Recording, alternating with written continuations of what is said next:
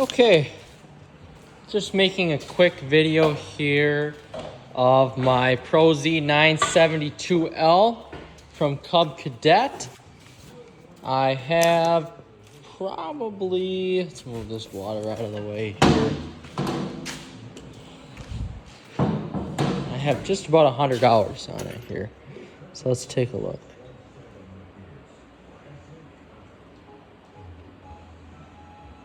$92.3, close enough.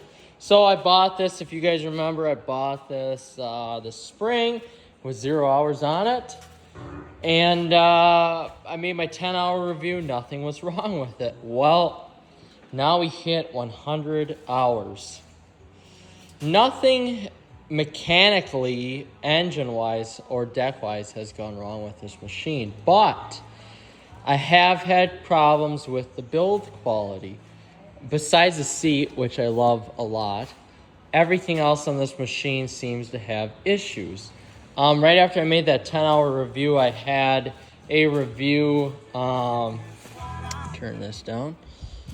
I had a review, or I was out mowing, I should say, and the person who used this last didn't clean it very well. I like to clean my machines, topic for another time. I was out about 16 hours on it, and the first issue arose. So if you look under here, the tension belt right there, that tension belt that holds the transmission, or tension spring that holds the transmission drive belt together for both the two Parker transmissions on this, broke. It just snapped. It snapped right about there.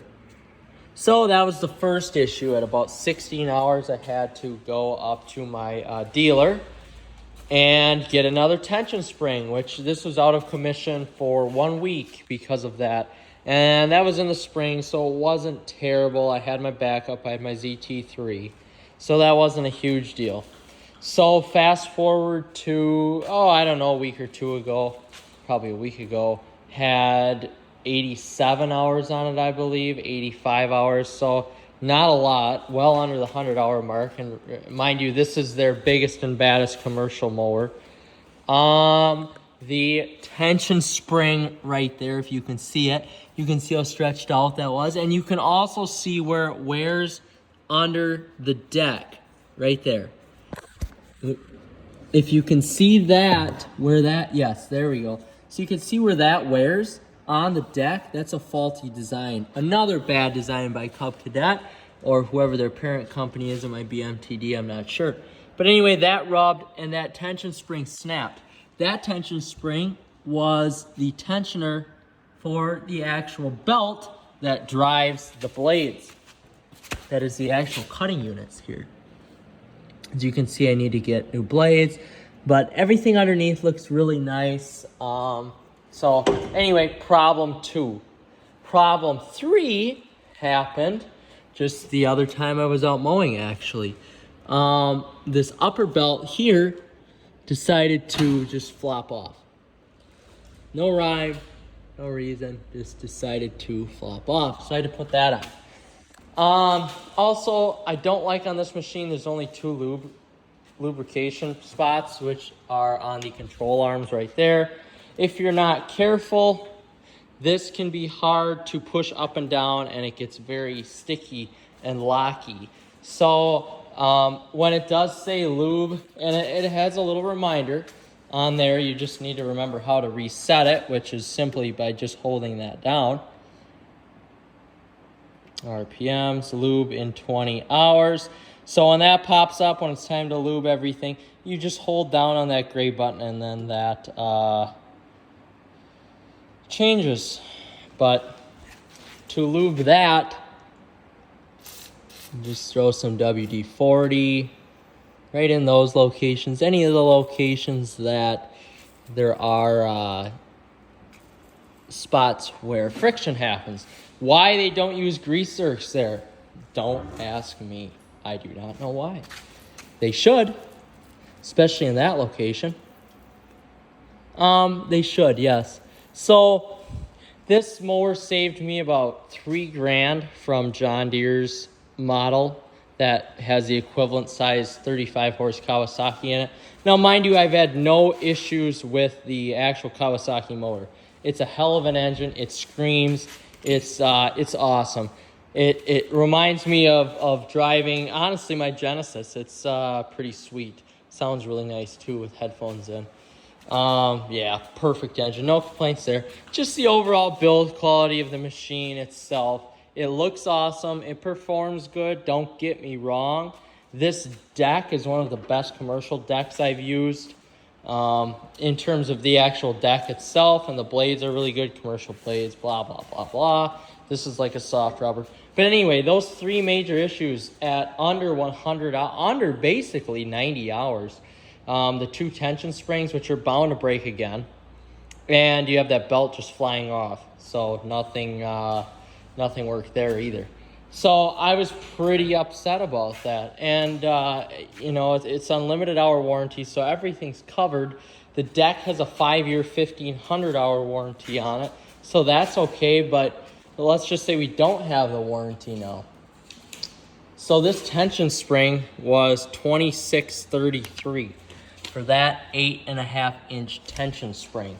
This tension spring back here, which allows you to actually move the vehicle, that was $20. Of course, that's all covered under warranty, so that's okay. Also, another issue I did have, and this will eventually cost not me money, but the actual brand, Cub Cadet, money, because it will be covered under warranty. Once I am able to take this off, I will show you. This is nice, easy access. But anyway, we have that off.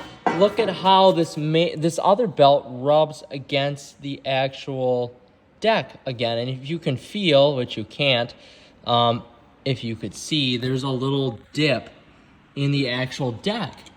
So again, now your belt is going to get worn with, maybe I have another 200 hours of life left, or another 100. I'm not sure. I don't know what I have left for life on the belt. But now you've got that to worry about midsummer when you're mowing in July, or whatever you use this mower for, whether it's a golf course or whether it's for a county park or whatever, if this is a county machine or your own personal machine, if you have 10, 20 acres, whatever.